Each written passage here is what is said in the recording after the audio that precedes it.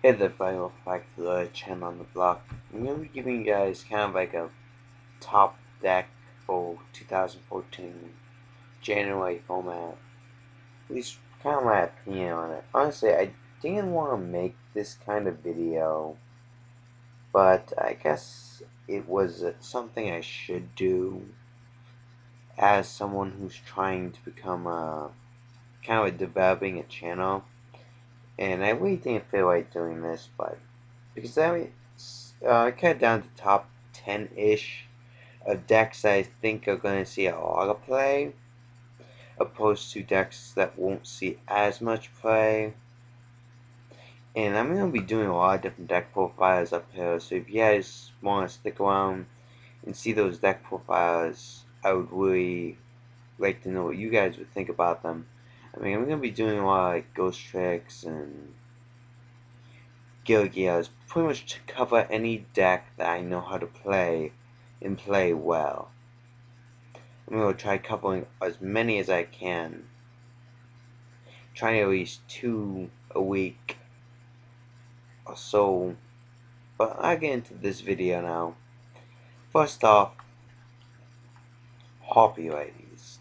The deck is honestly kind of stupid in some aspects. Now, it's weak to Effect Veiler, and it's weak to Maxi, both of which are true. But honestly, it can stick into the powerhouse XZ monsters we all hate, like freaking Mecha Phantom Beast, Draco Sack, Big Eye. I mean, it can get into those and you can pump them out really quickly. So I think it could have potential to get into the top positions. I mean, plus you special summon out the ass. I mean, channelers and but it's kind of a more hard based deck.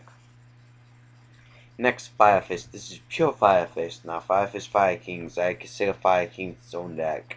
But Fire Fist, I consider it being in the top table as this format because it's not as expensive as people would think. I mean, Wolfbog's expensive, yeah. But the deck kinda, Wolfbog helps, but you don't need it. But mostly focuses on a battle changing damage step. Hard to chain to, so aspect, so has power.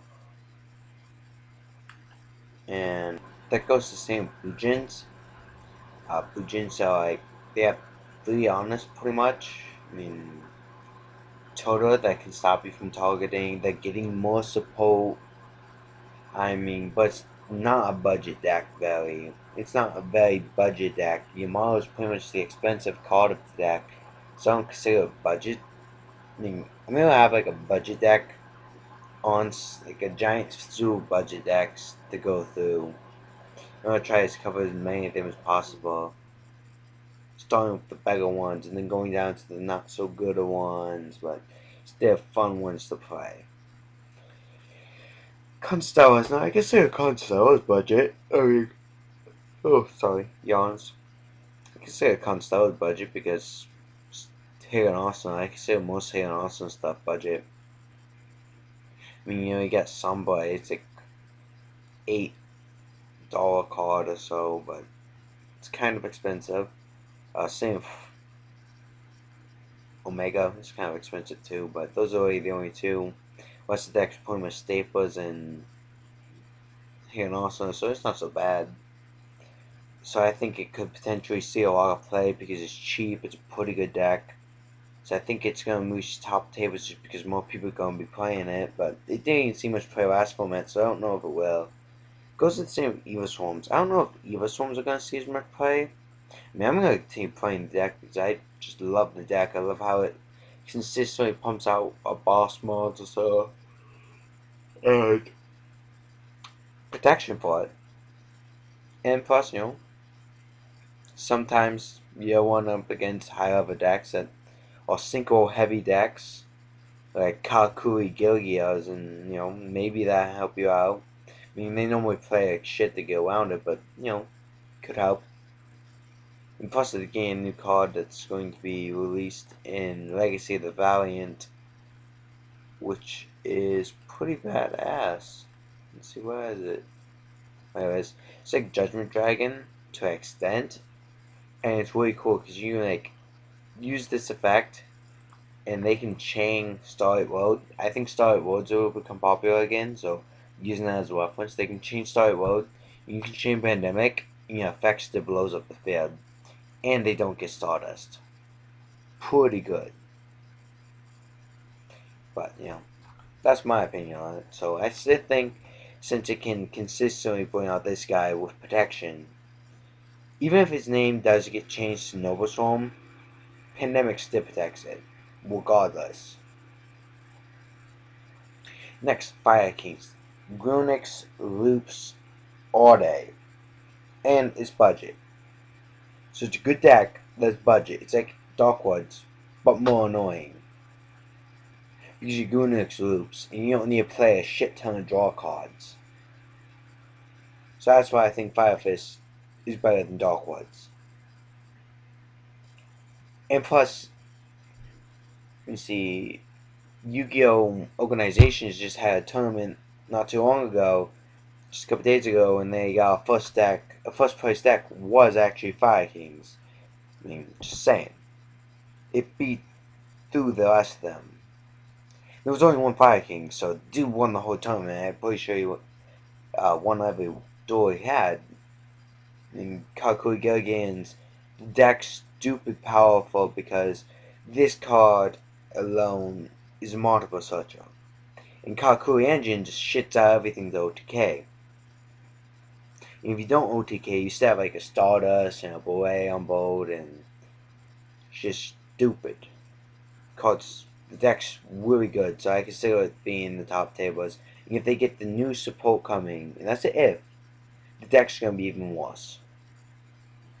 I mean, and when I say if, I mean, well, we may not get that deck. We may get that card, the cards in the deck, a long time from now as imports.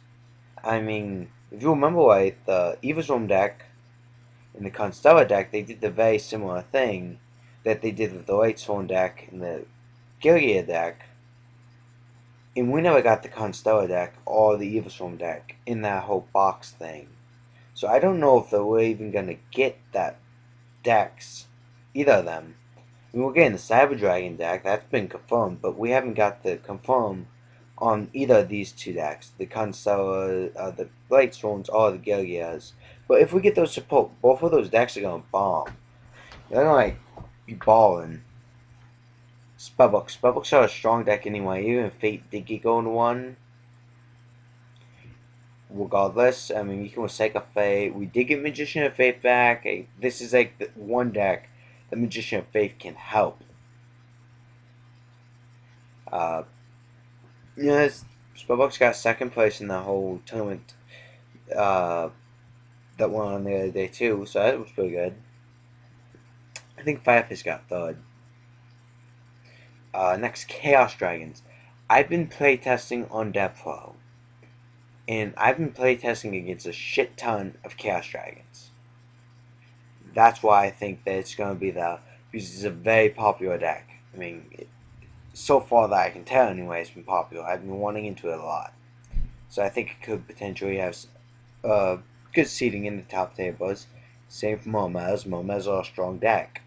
I think now that Element Dragon's out of the way, people may go back to playing Momez. I'm thinking about it. It's a fun deck.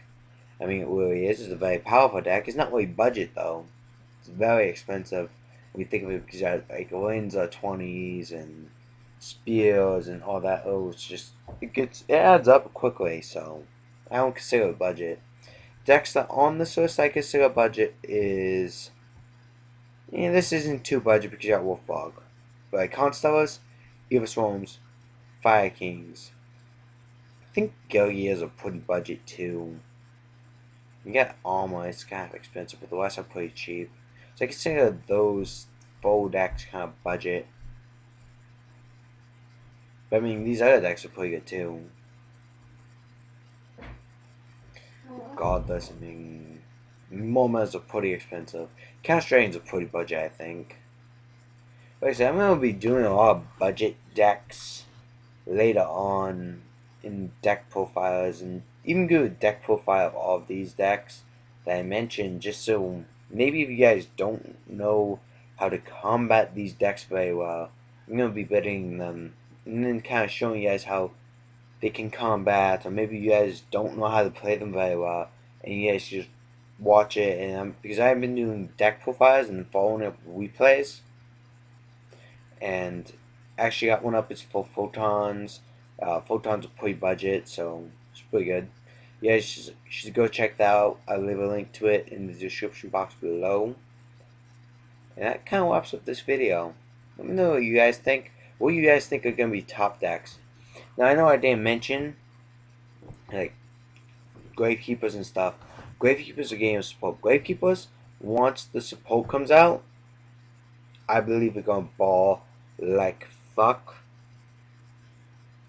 But on the other hand, Gravekeepers they have one downfall. Then your support require them to have both Necro Valley and a face up Gravekeeper. Majority of the times, if you play Gravekeepers, you know your monsters are going to be face down.